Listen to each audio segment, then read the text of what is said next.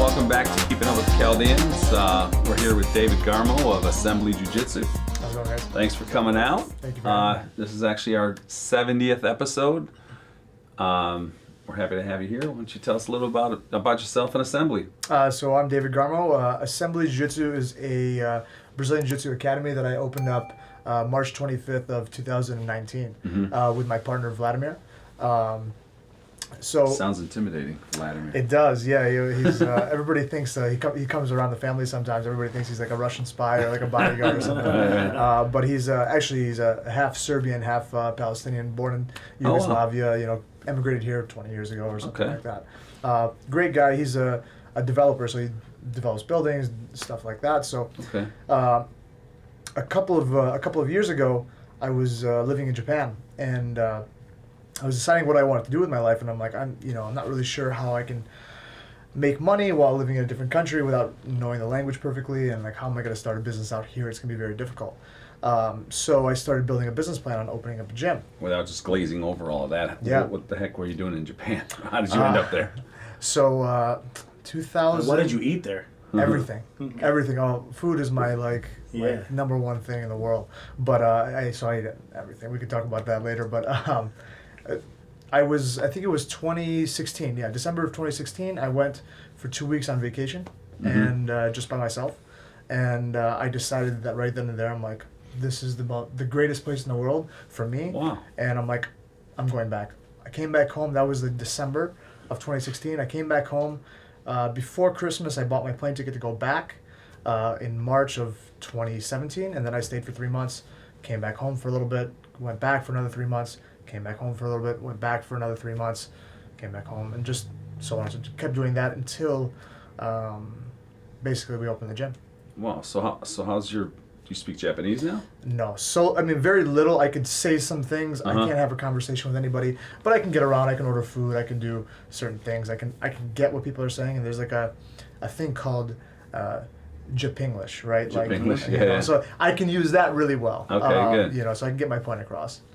Good. Cool. So when you were there those 3 months at a time and stuff, you started building up more love for doing the jiu-jitsu, and or was it that you were doing other things besides that at that time? Like, how'd you occupy your time? Because it couldn't have been like day in, day out, that's what you were doing. Right, yeah. So Japan had nothing to do with jiu-jitsu for me. Okay. Originally, it was just I liked the place, and I'd already been doing jiu-jitsu for a long time before going there. So at that point, it was just like I needed a new life experience, and that was a place I'd always wanted to go, but I'd always been kind of nervous. I'm like, what if I had all these expectations that this place is going to be whatever I thought in my head it was going to be. Sure. And I was always nervous to go because I'm like, what if it sucks? What if I hate it? Then what? What am I gonna fantasize about? As far as traveling is concerned. So I went, and then it totally blew me away. Nice. In every way. So then that's why I went back. But when I first went there, the first 3 months, it was. At the time I had a company where we just did online retail. It was in the jiu-jitsu space. I sold uniforms, gis and different like rash guard shorts and these different things. And so I could do it from anywhere. I had a warehouse here. I'd have an employee working, shipping, all this stuff. And then I would just work on my computer. And so most of my days consisted of going to cafes, walking to the park, riding the trains, and just doing these different things, and just experiencing the culture, and really investing myself over there.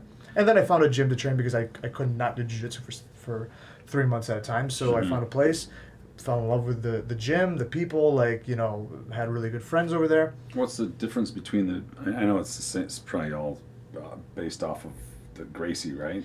Well, so the Gracies, they had a lineage, and then people they took that and they changed it up. Everybody changes it up in their own way.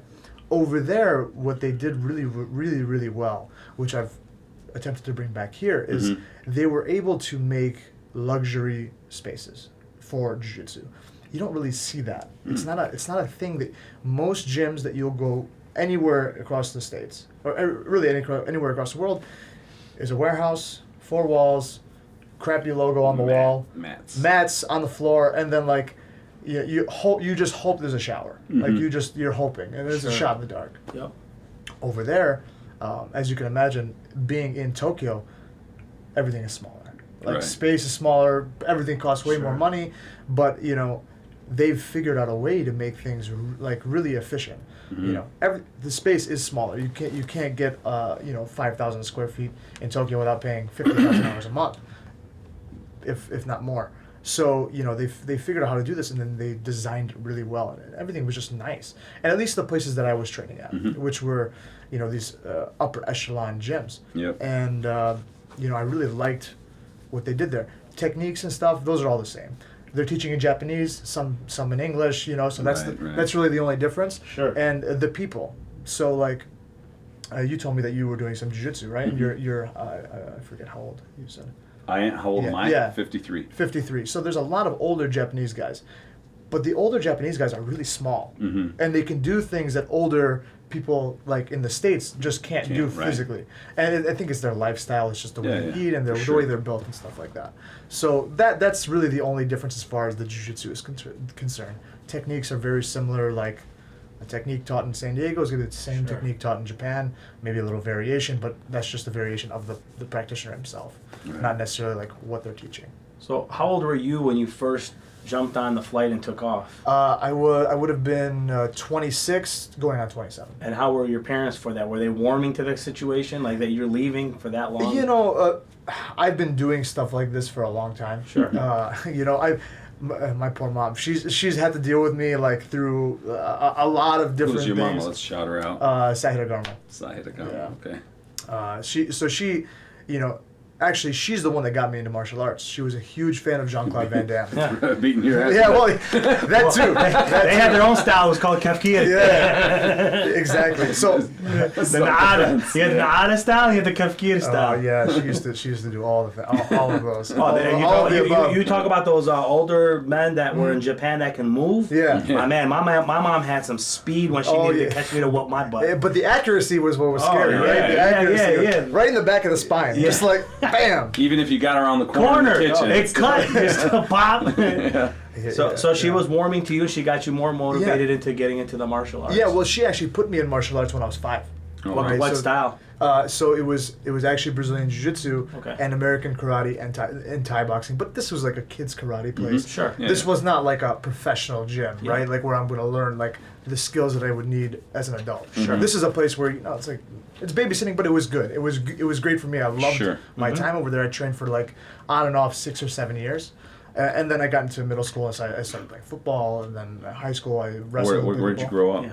I grew up in West Bloomfield, in Timbers Edge.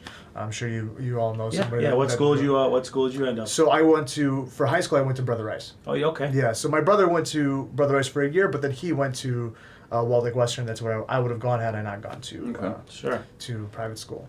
But in high school, who'd you graduate with? Which other Chaldos?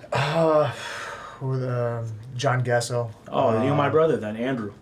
Andrew Binno.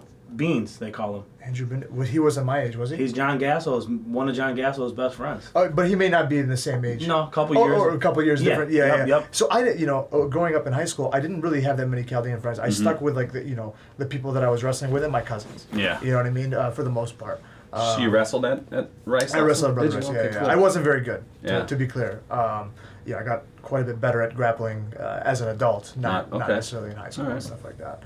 But so my mom, to the point, my mom kind of, she knew I was not taking the path that she would have maybe wanted for me originally, but it was over the long haul. It wasn't like one day, I'm in college and then all of a sudden I'm like, hey, I'm dropping out. I'm going to Japan. So she had some forewarning.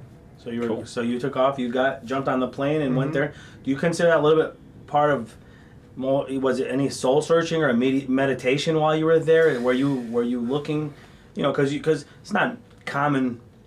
It's one thing to fly to California and see family, friends, cousins over there, but you went halfway around the world. Yeah, so I'd already been to Asia at that point. I'd gone to Singapore, Malaysia, Indonesia. I'd already traveled through Asia, and I've always been a big fan of Asian culture, especially Japanese culture, but a lot of different Asian cultures. And I've always wanted to see everything. Like I want to be as complete a human being as I can, and I feel like you can't necessarily be that complete human being, or at least my version of that complete human being, without getting out somewhere weird. I've traveled to a lot of different countries. done a lot of different things in these different countries, and it's made me who I am now because I've experienced some really amazing things, some horrible experiences, and, you know, and a bunch of different places where it's like, you got to do it by yourself sometimes. Like, you have no choice, you know? Like, what's a horrible experience? Oh, well, a horrible experience in the sense that it was just not fun as I was doing it. But I went to Iceland. I was there in Iceland for a couple of weeks doing a through hike. So, like, we were hiking for 5 days at a time, and it was, you know, It's not comfortable. it's just not comfortable. I mean, it's cold, brutal. and you're sleeping in a tent on the floor. There's no fire. Yeah. Like it's not No freezing- fire. No fire because they don't have any wood. Yeah. So There's no, they have very little forests in Iceland, right? Yeah, So it's mostly moss, rock, Uh-huh. you know, and volcanic soil, stuff like that. So it was just, you know, if you can imagine, I don't know about you two, but when I grew up, my dad didn't know how to do anything. There was no camping. There was no like, here, I'm gonna teach you how to do you're this. saying like outdoorsman stuff. Outdoorsy stuff, right? Very Like, My dad was at the store all day. My mom was the MacGyver of the world. Okay. Like, she knew Yeah. everything, did everything, Yep. showed me everything, knew how to do everything. She was on top of it all. Like, Yeah. my dad would buy her tools for Oh, really? like Christmas and shit like Yeah. that. The way that it worked in my house, if something needed to get fixed, my dad would call his nephew, who was much older, Yeah. and then we'd wait 2 weeks for him to show up, and then he'd fix it. You know, Yeah. shout out to Ziad, thank you for that.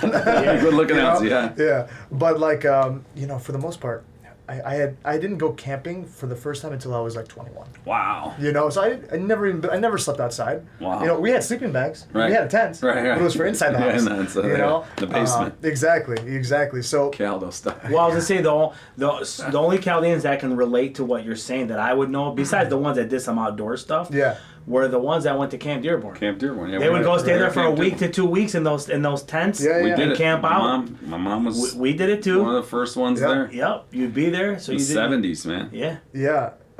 So like for me, like before I went there, I'm like, okay, I have to prepare. I'm gonna go. I have a good friend of mine. He's an Italian guy, but he's basically a redneck. He's a hillbilly, Mm-hmm. and he took me to the Smoky Mountain National Park in Tennessee. Okay. And he's like, we're gonna hike. Of course, and I've been grappling in sports my whole life, so my knees are kind of shot. Yeah, I that's can't bad. walk very long. Yeah. So we're doing this practice hike. We're only going a couple miles, and my knee just swells up to this, and I'm thinking to myself, how am I going to do this? Yeah. You know, in ice, I'm going to be Yeah.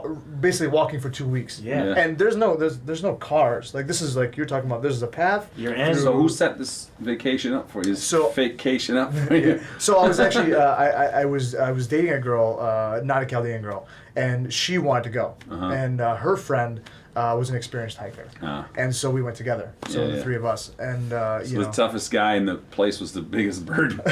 pretty much. toughest guy on the trip was the biggest They bird. broke down before they even took I the know. first step. Well, That's- she'd hiked in like Nepal, you Yeah. know, and so like, you know, and where Everest is and stuff. Not Everest itself, but like in that area. Yeah. So it's like, I'm like, okay, well, if she can do it, I can do it. She's this tall. I'm like, Sure. I could. It was one of those things that is very fun to talk about after, but is absolutely Exactly. miserable to do. Exactly. You know, so great experience. I don't sure. regret it. What does it teach you though to do these experiences? Was it like more like, do you think it humbles you when you get to these situations, or do you feel like it's a sense of accomplishment? Like, look, I just did this. And, you know, like, what does it do for a person? It's probably both. Probably a lot of things for different people. For me, it showed me that like I can set aside my comfort for a little while. You know, I don't have to be, you know, comfortable all the time. I don't always have to do what I want to do. But at the same time, it feels really good when you come back to civilization. Yeah. You know what I mean? So like Yeah. you can have then an appreciation for the things that we take for granted every single day. You know, one of these hikes while I was over there, like somebody almost died Right. while we watched them. Like there was one of the biggest rainfalls of the year, of like the last 3 years at that time, and it washed out one of the walkover bridges, and a guy got washed out almost into. While on the bridge? No. So the bridge was washed out. Right. He tried to ford the river. He tried to walk through it. His buddy got across, and he didn't. And then he went limp, and then was washed out into the Atlantic, and then pushed back in and knocked onto land, and almost out of what would have been hypothermia. Yeah. He was in a really bad way, and they couldn't get to him. We were in the most remote part of Iceland there was. Right. There was no boat. There was a boat, but it was like a few kilometers away. Somebody had to go get it. It was one of those dinghies. Nothing crazy. But how do you communicate in an emergency? Like, they just so happened to be right in front of the outpost.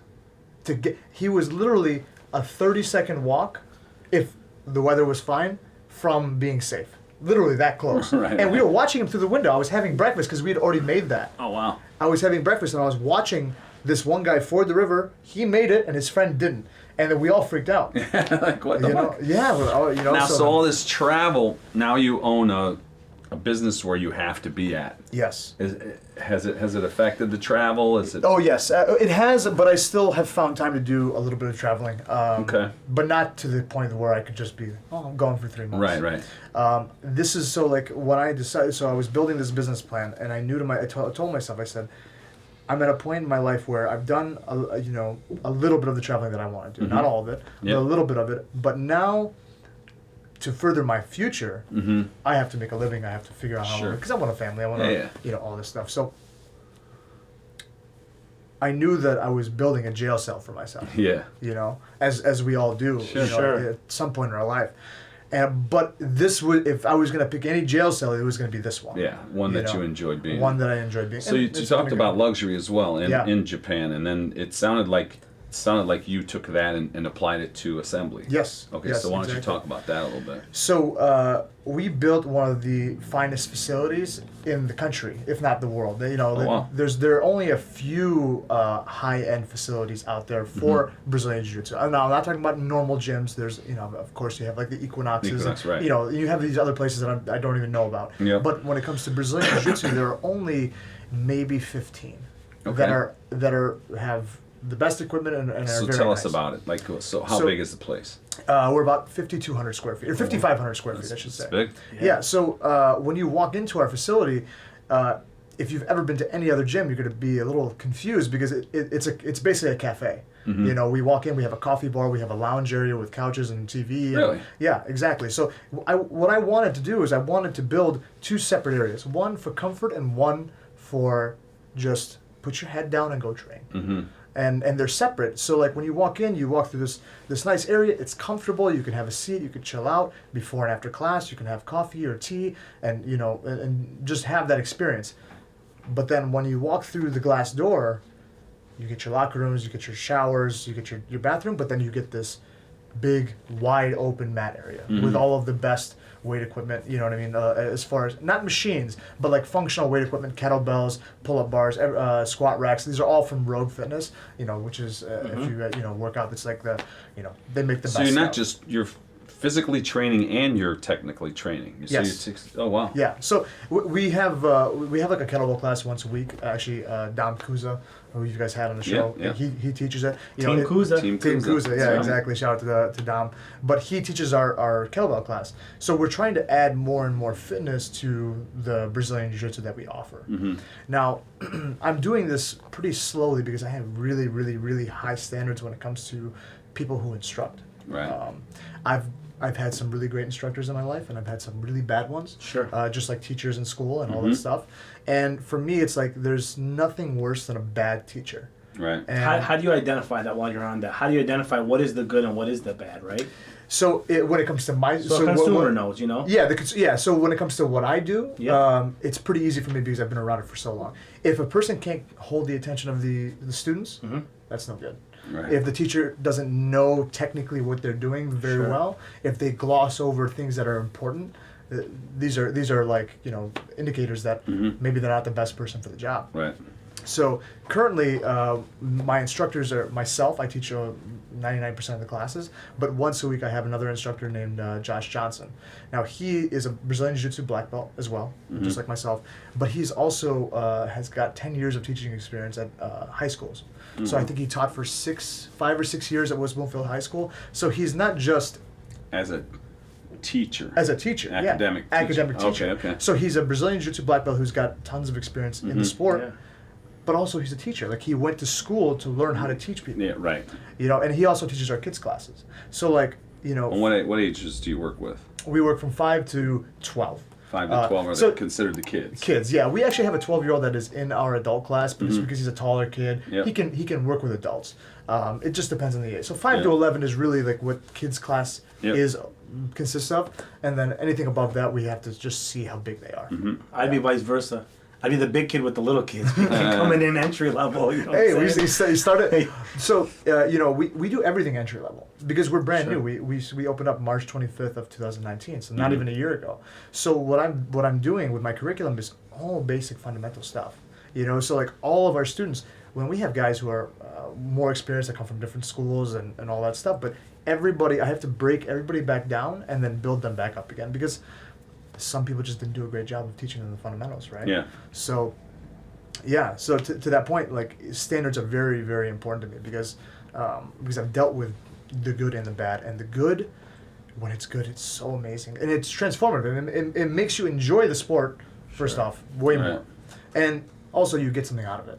When you get a bad instructor, it puts a bad taste in everybody's mouth. Sure. You know, I don't Right. want to see it. I don't want my students to see it. I don't want anybody to feel that thing.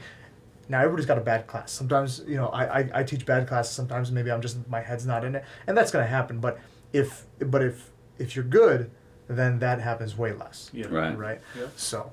I mean, so what do you recommend someone just starting out or someone that is going to take it seriously, and how many days a week should they attend class, and then how many classes do you offer a week and all that good stuff? Okay, so it depends on the person. So if you're a 21, 22-year-old kid who is looking to get into another sport and be a competitor and all this stuff, train 5 days a week. Yeah, but let's talk. Let's say one of you guys, 2 days a week. 2 days a week. 2 days a week. If you can come. For the exercise and the technique. And Yeah, exactly. 2 days a week is if you're consistent, right? If you do this over a long period of time, you will improve. You will improve your technique. You'll know what you're doing.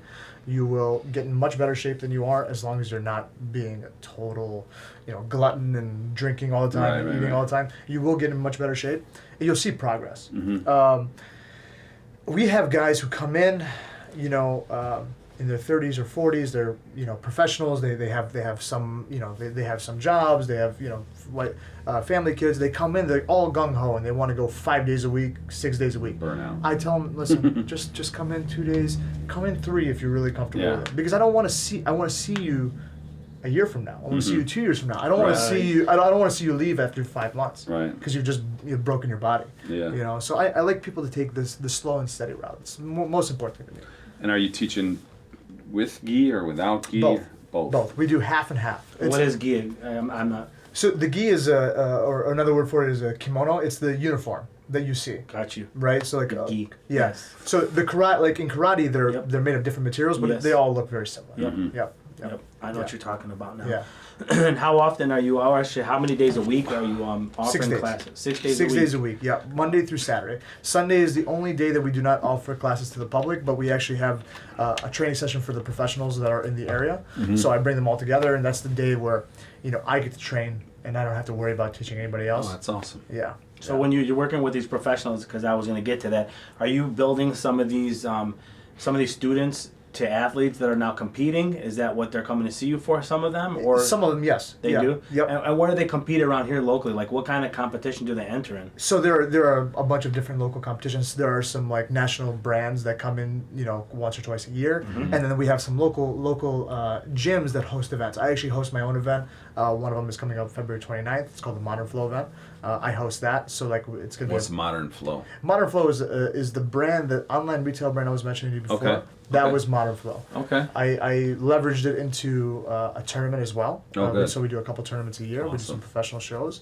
Yeah, so like there are local events, and then there's actually a large international brand that is coming to Michigan at the end of April, and that just legitimizes this area even more because it's going to be really great, really professionally run event. So it'll be fun, But there's always something for somebody. If you even like. I tell people, if you want to compete, if you have any interest, let's just do it because it doesn't matter if you win or you lose because nobody cares. Right. Yeah. Right. Nobody cares. Yeah. Yeah, You know? and the big thing, like you're saying, stuff is coming here into town. That the cage fights and all that has really taken off, and people have really absorbed it here in Michigan. I see a lot of guys that are fans of it, that are especially on social media. You see them watching all these guys. Oh yeah. So let's just for a second, because he was famous, but people were down talking McGregor recently because they said he pretty much beat a nobody recently. What do you feel about that? So if you're talking about the most recent fight where he fought Donald Cerrone, Yep. I mean, Donald Cerrone is absolutely not a nobody. He's got the most wins in UFC history. He is one of the best fighters in the world. He has never he's never won a championship, but he is he is super skillful, very good. And what Conor did to him was, it was nothing short of poetic. It was beautiful how he was able to. He did some things that I didn't even know were possible in that fight. So, without downplaying how good Donald Cerrone is, Conor he was the Conor McGregor that we all expected him, that we all have seen him be in the past. Okay.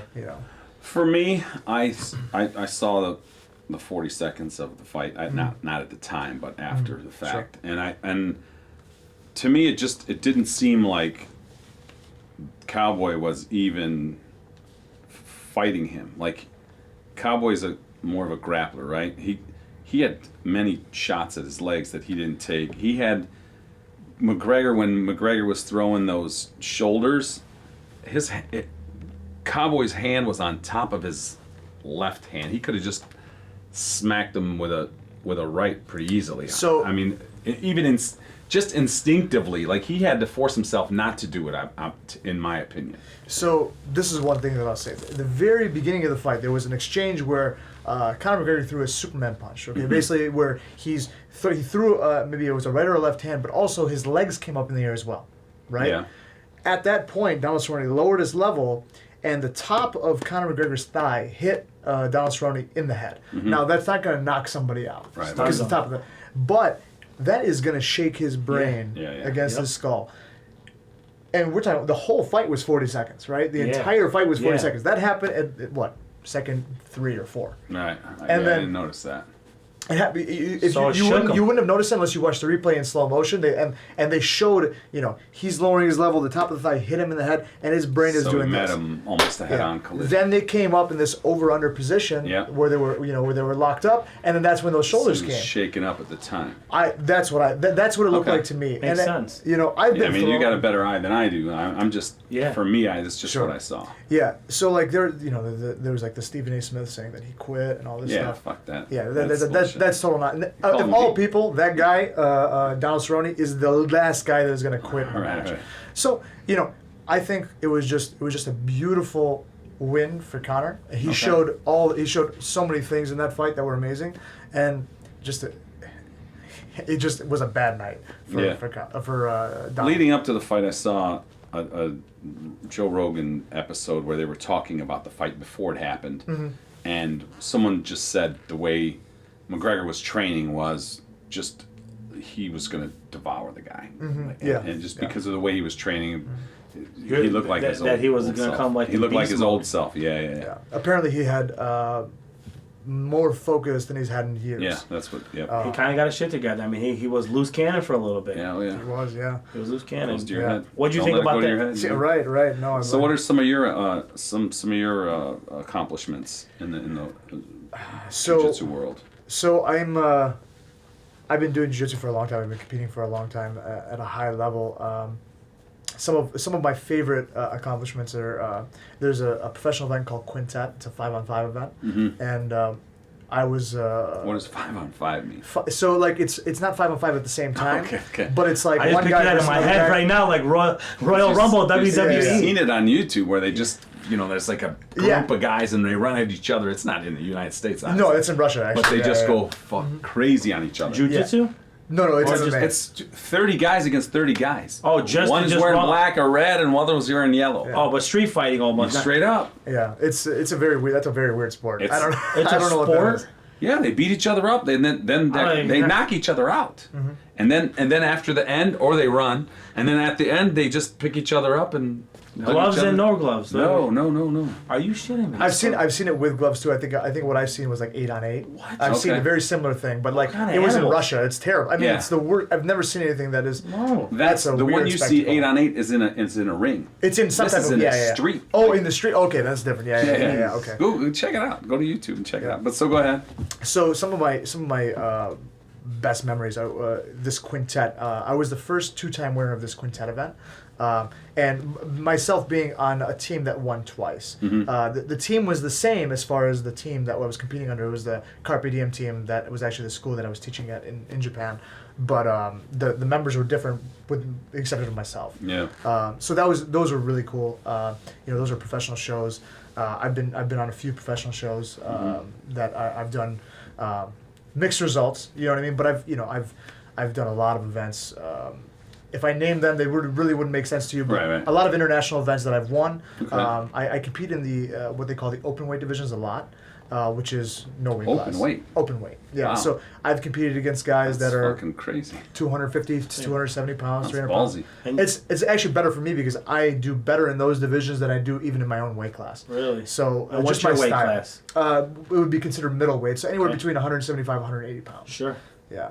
So those are always fun for me. So those are the ones that are considered to be the most difficult divisions to win, and I've had a lot of success in those divisions. Nice. Yeah. Good for you. Who's some of the people you looked up to going through this course of learning this jiu-jitsu, and now today, who is some of the people that you may either turn to or mentor you? So I've had, if we're talking about people that I never have met, just like that Both. love their style. Yeah, Sure. both. There are guys like a guy named Marcelo Garcia, who's one of the greatest of all time. Guys like Ryan Hall and a bunch of different grapplers that maybe wouldn't be recognized by anybody that is not in the sport. But also like I've had a lot of great people around me that I've trained with, that have taught me, whether it was jiu-jitsu or just life with jiu-jitsu. Sure. Guys like Danny Edgemy, who's the guy who gave me my black belt. I've learned a lot from him. Not just like on the mats, but literally like the life surrounding jiu-jitsu, which is, if anything, that's more important because you can learn techniques from anywhere, from people that you don't like or you don't respect. Yeah. But like to learn those lessons from good friends around me. My partner is a guy that, as far as jiu-jitsu skill is concerned, like he's been training much less than me, but as far as life skill, and these are the things that I look for. Gotcha. How's your not to say patience, but how have you ever had that situation come about where you've had to use this in a street fight? I mean, have you ever been intimidated where you said, you know what, I got to use it, or do you diffuse it? Like, what do you do? Because obviously your hands are lethal. So like I very rarely get into altercations anymore. It's like it's and not even because people know that I could probably handle them, but just like I do this every day. Like Yeah. I'm on the mats putting this aggression or whatever, what have you, out every day. Now prior to jiu-jitsu, we used to fight all the time. I mean, I'm sure you guys, Yeah. did your fair share, but maybe not. Not I him. mean, okay, well, Nah, 18 never did. He just would ride mopeds and do other things. Right. So I grew up in the neighborhood where literally you get a knock on your door and then one of your friends comes outside and then there's a few of them. Then we keep knocking on people's doors until we have a big group of guys, and then we just pick fights. Yeah. Like let's with each other, like totally like not malicious or anything like that. We fight each other all the time. So martial arts is always a great outlet for that. Once you're doing it in the gym, you don't have to do it outside. Yeah. So no, very rarely do I get into fights. I mean, I did get into a fight early on. I just started jiu-jitsu and I did use it then, but that was 10 years ago, 11 years ago. How long did that fight last? I mean, not very long. Not very long, Quick left tap, hold him, put him down. Yeah, on the ground. and I would already wrestle at the time, so I just I double leg take down the guy, basically like a football tackle, So, nothing too outrageous. Do you guys work with groups of like schools, kids? Do you deal with any handicap that come through there? Anything outside of the norm? Yes, we do. So like we work with Bloomfield Hills High School a lot. We have a lot of students from that school come to train with us. Many of them are wrestlers, so we're working with a lot of different wrestlers just to increase their skill on the mats for their wrestling season. Now, like I said, we're a fairly new school, but I've worked with people who've had handicaps. You know, cerebral palsy, missing limbs, like yourself. Yep. You know, in different ways, right? Like grappling is a great art because you can do so many things, right? Like you can't throw a punch with your left side. Right. Yep. It's just that you can't do it. But in jiu-jitsu, you can lock people up with your legs, in addition to your right arm. To keep Right? Yeah. And so like in the gi especially, there's a lot of things that you could do to choke people with just one arm, where there are techniques where you use both, of course, but like there are so many workarounds. There's so many variations. Sure. We're talking like tens of thousands of variations of techniques. You know what I mean? You'll never learn them all. Yeah. You know, you might see a large percentage of them, over the course of 10 years, but like you're never gonna be able to learn how to do them all. But you know, you work with what your body can do. Now, like I've, you know, not that this is a handicap, but I've had some bad knee problems in the past where I couldn't use my right leg in certain ways. So you just adapt. You have to, because you can't do it. You know, like okay, well now I got to figure out a new way. You know, and so we're always looking for new people to come in, and like we have people who have anxiety issues. Yes. That come to the gym, like extreme anxiety. Now you have to, I'm sure you can imagine, and you've already dealt with this a little bit. It's like when somebody's putting their hands on you in a violent way, right? Even in a controlled environment, like sometimes you don't trust that it's controlled. Yeah, it's not sometimes. And sometimes it's not. Because if you're rolling with someone that doesn't understand what they're doing, you know, they're pulling and pushing and twisting and you know, applying their weight on top of you in a vulnerable position, and it causes, you know, stress on the limbs and the 100%. And so that part of my job as the instructor is to make sure that I know every one of my students, right? Like I have to know who the spaz in my class is. I have to know who the guy who's just like a gentle giant. I have to know all these dynamics in the class. And you match just two spazzes up together and let them kill each other. Sometimes. Or you put the spaz with the guy who has more experience and can handle that. Right? Of course. But you never want to put the spaz with the guy who's got anxiety. That's a disaster. It's just a disaster. Can you imagine that? You know, I've seen it, you know, and so like you have to know your students. You have to know what their physical deficiencies as well. Definitely, Somebody's got a messed up shoulder, bad knee, whatever. All these things. So I'm always looking to add to the dynamic of the school. Okay. It's such a wide range of people. We have 13-year-old kids. We have 13-year-old kids who are into anime, and we have 56-year-old, former, military members who are just, out of their mind in the best way. Great people, right? Sure. And then everything in between. Yeah. And we have women, and we have, you know what I mean? Like we have all these different things, and this is just in our adult classes. So like, if you come to one of our classes on a Monday or a Wednesday, and you look at you're like, who is this for? It's for everybody. Right. It's for everybody, and everybody gets something different out of it, which is the really cool thing about it. Some people come just to do it as a hobby for fun. They just want to enjoy themselves, learn a new skill, kind of get in shape. And some people like, this is going to be the gate. This is going to be the gateway to a better life. Yeah, it's great for discipline to teach a child discipline. Yeah. It's needed a lot these days, and it's great to teach an adult discipline. Yeah, that's a bigger. That's a big deal too. I've seen so many people who have come into different gyms that I've been training at, and they are just, I don't want to say they're terrible people. They're live wires, yeah. Yeah, but then all of a sudden they're like 180. They get it. They get humbled. You get humbled too. Of course. And we all grow up like, I've been in martial arts my whole life, so I've been growing up in this martial. I don't even know what my life would be without martial. I have no idea. Like, it could be. Yeah. So it would be totally different, but everybody gets something different out of it, and that's the really cool thing about it. There's no like, you do jiu-jitsu, this is what's going to happen. Right. I don't know what's going to happen. Yeah, we don't know. Sure. Yeah. So where's it located? It's in Bloomfield Hills, right off of Square Lake in Franklin. It's on a street called Enterprise Court. Yep. So like Telegraph and Square Lake area. Telegraph and Square Lake area. If you just go east on Square Lake, goes down there. Yeah, you go east on Square Lake and you make a left onto Franklin. Then it's 2 blocks down on the right. So a lot of people know where the ice arena is. Yes, right across the street from the ice arena. Right. Exactly. Yes. Yes. So right now you've started March of 2019. You're there right now with your nice facility. You haven't even completed a year yet. Yeah. It might be premature I'm asking this, but at the same time, us as entrepreneurs, we know how to answer this. Where's the future of Assembly Jiu-Jitsu? Like, are you planning on to expand? Do you want more, more areas to go into? Are you strictly going to stay in Michigan?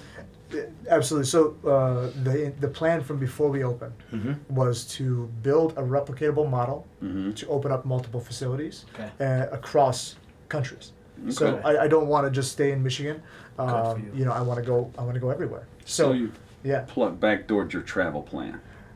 in a sense, yes. Hey, I don't know. Barcelona looks kind of nice this time of year. Maybe Assembly they Barcelona. need it. I don't know. Yeah. My thing is, I want to build something that will last and that will affect the most amount of people, That's awesome. and also be profitable. Because at the same time, I want to live Yes. nice. I like nice things. Yes. Okay, I'm not afraid to say Right, that. So but You married, single, what? I'm single. Single, Yeah, okay. yeah. How old now? Ladies? I'll be 30 next month. There you go. Hit 'em Single up, ladies. 30-year-old and built. He's good to go. You protect you. Yes, Yeah. he will. Yes, he will. So, anything you can let the younger viewers, either whether to come to your gym or to how to become like you, if that's their ambition, anything you want to give them some words of wisdom, like what you went through. Yeah, what I would say to anybody that's watching, just come try a class. It's free to try, and don't worry about if you're not in shape. That's the biggest thing. You're not gonna be in shape before you start. I mean, some people are, but just come in. This is how you get in shape. This is how you get better. It's like when people tell me, I want to make money before I make money. Yeah. It's like I need money before I make money. Just come in, give it a shot. But so how do they do that? So what's the better day? What's Mondays? So they don't wanna, Mondays and Wednesdays are great days to come in. We have a lot of helpful people that are in those classes. So I would What tell times you are those? 6:30 p.m. So 6:30 p.m. is when on a Monday or Wednesday Monday they or just Wednesday. walk in. Yes. So if it starts at 6:30, get there at 15 minutes. get there at 6:15. Exactly. Walk up to the counter. Yes. Say, hey, I saw this on Keeping Up with the Exactly. Chaldeans. I want to give this Yeah. a try. Yeah, and you can always go to the website assembly-detroit.com. Okay. And Yep. you can email me. My phone number's on the website. You can call me. Any questions? If you know somebody that's already training, just they'll give you my number. Okay. I field all calls, all the emails, everything. So it's really that easy. And if you can't make 6:30 because of work or whatever, we also have 11:30 a.m. classes, Monday, Wednesday, and Friday. And any of those are great. Do you have a lot of Chaldeans? We have actually a fair amount. I think we have 10 Chaldean guys that are training right now. Nice. He's got one complimentary class. It looks like he's given to be able to do that, which then gives you some of the stuff that you get to see on here too. Yeah. And they can find you at assembly-detroit.com. Yep. Exactly. Beautiful. So, Yeah. do they just come in and see you for the complimentary? Yeah, Just so they we don't let need viewers- they don't need anything. You don't Okay. need any. They'll know if they've been there before or not. Yeah, Yep. I have everybody. We have In the a database. system. Yep. Exactly, and I see everybody. Cool. You know, Yeah. It's for me. Sure. It's me Yeah. there all day. So Yep. yeah. Anyone you want to give a shout out to that that has helped you, family, friends, Yeah, I mean, to some Mama, instructors? Mama. thank you for putting me into into martial arts when I was a kid. I appreciate it. Thank you. And then all my family and friends. You guys all know who you are. Devon, Dina, Dom. Everybody else. Yeah. Awesome. Rondina Dom. DDD. Yeah. Triple exactly. Ds. It's very weird. Yes. Yeah. Yeah. Awesome. All right, cool. So Anything as we remember? close out, we usually ask what it means to you to be Chaldean. For me, the some of the biggest benefit to being Chaldean and what it's meant to me is this entrepreneurial spirit that we have. A lot of people. I've been surrounded by a lot of people that are not Chaldean, and they always, you start a business, you do this, you do that. I'm like, I don't know anything else. This is the only Yeah. thing that I know. Yes. Right. It's not impressive to me because it's like Yeah. this is what everybody around me does. Sure. Yeah. So I think that's one of the coolest parts of being Chaldean. In addition to just being having a large family that you can lean on when things get tough and when things are good. For sure. Good. Cool. Good. Well, it was awesome to have you on. Yeah, great having you. Make Thanks sure you for guys, coming out. check them out for just one session. See how David can hook you up and make it happen. So it was awesome, and we look forward to seeing more growth out of your company, man. Thank you very much. Thanks, Travel guys. the world. Yep, travel the world. Seriously, go see some stuff. Yeah. We'll see y'all next week. Have a good one, everyone.